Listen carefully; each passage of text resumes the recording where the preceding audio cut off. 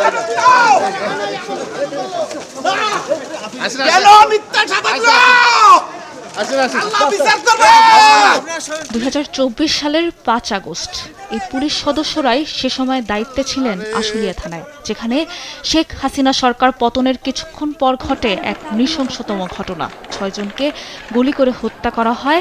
পরে তাদের মরদেহ 2 জন পুলিশ সদস্য ভ্যানে তোলে। সবশেষ লাশটি ভ্যানে নিয়ে ব্যানার দিয়ে ঠেকে তোলা হয় পুলিশের গাড়িতে। পরে গাড়িসহ মরদেহগুলো পুড়িয়ে দেওয়া হয়। এছাড়াও 4 আগস্ট একজনকে গুলি করে হত্যা করে পুলিশ।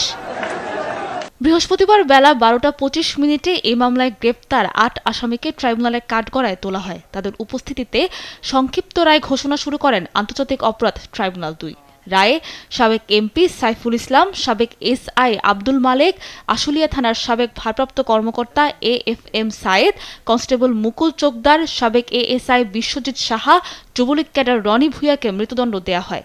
এছাড়াও সাবেক এএসপি আব্দুল্লাহিল কাফি সহ 6 জনকে যাবজ্জীবন কারাদণ্ড দেন ট্রাইব্যুনাল 2।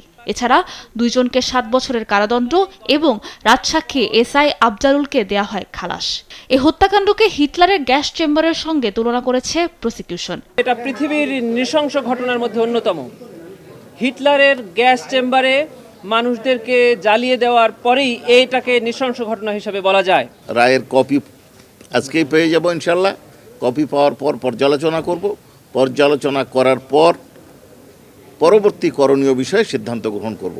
তবে রায়ে ন্যায় বিচার না পাওয়ার অভিযোগ করেছেন আসামিদের স্বজন ও আইনজীবীরা। রায়ের বিরুদ্ধে আপিল করার কথা জানান তারা। আজকে রাষ্ট্র পরিচালনা করতে গেলে এই পুলিশ বাহিনী ছাড়া কোনোভাবেই রাষ্ট্র পরিচালনা করা সম্ভব নয়। তাদেরকে বিভিন্ন পরিস্থিতি এবং বিরূপ পরিস্থিতি মোকাবেলা করে তাদেরকে এই দায়িত্ব পালন করতে হয়। এগুলো মাননীয় ট্রাইব্যুনাল বিবেচনায় নিলে আমরা মনে করি যে আমরা ভিন্ন রূপ হয়তো এই পাইতাম। রায়ের পর্যবেক্ষণে আদালত বলেন, সাইফুল ইসলাম জনপ্রতিনিধির দায়িত্ব পালন না করে হত্যাকাণ্ডে সহযোগিতা করেছে। মৃত্যুদণ্ডের পাশাপাশি তার সব সম্পত্তি বাজেয়াপ্ত করে শহীদ পরিবারের সদস্যদের মধ্যে বণ্টন করে দেওয়ার নির্দেশ দেন ট্রাইব্যুনাল।